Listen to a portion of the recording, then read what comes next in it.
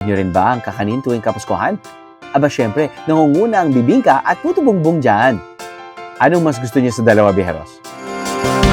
Mas gusto ko ang puto bumbong. Ang paborito ko talaga ay bibingka. Puto bumbong. Kaya paborito ko yan.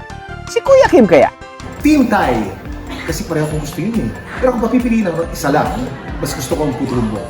Mainly because mas available yun sa amin.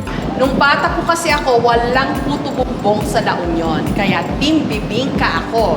Dahil yun po ang namalayan ko na kinakain namin tuwing almusal minsan. At kung magpapasko, dumarami rin po yung mga nagtitinda. So, team bibingka. Alam niyo ba kung bakit classic ang mga kakanin sa Pinas? Nagsimula raw ito bilang pasasalamat sa masaganang ani kung saan nagsasalo-salo ang bayan sa kanilang mga produktong palay, mais at iba pa. Sa paglipas ng panahon, naging parte na ito ng maraming pagdiriwang katulad ng Paskong Pinoy. Kapag dumayo sa Dinyangan, Quezon, ang nagpapasarap daw sa kanilang bibingka paggamit ng bahaw na kanin. Para raw yung pizza kung kainin, as in. Ang tawag nila rito, bibingkang alsa.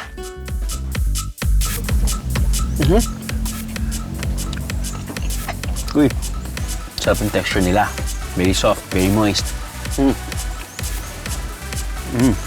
Siyempre may asukal pa. Sarap. Very good. Ito yung standard ng texture ng bibingka. Yung moist, chewy, sweet, savory. Para naman sa mga lokal, iba ang nalalasahan at naalala nila kapag kumakain ito.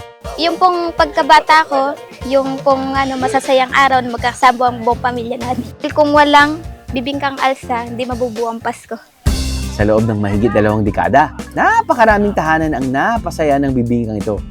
Dahil 25 years na raw itong ginagawa ni Aling Aday. Amoy Pasko talaga pag naamoy mo yung bibingka ni Nanay Aday. Iba talaga ang luto ni Nanay Aday. Lasang may pagmamahal na babalik-balikan mo. Pero Nay, bakit nga babahaw? Kasi po yung bahaw, para po siyang pampalambot ng aking recipe. Kasi po pag wala siyang bahaw, patigas. Nagsasaing po talaga ako ng panlagay talaga. Tapos siya ko pong nilalagay pag gigilingin na.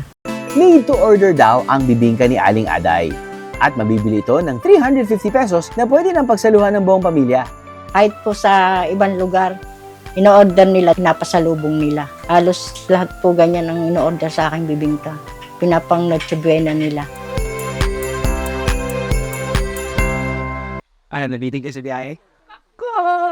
All you gotta do is just subscribe to the YouTube channel of JMA Public Affairs and you can just watch all the Behind the Drew episodes all day, forever in your life. Let's go! Yeehaw!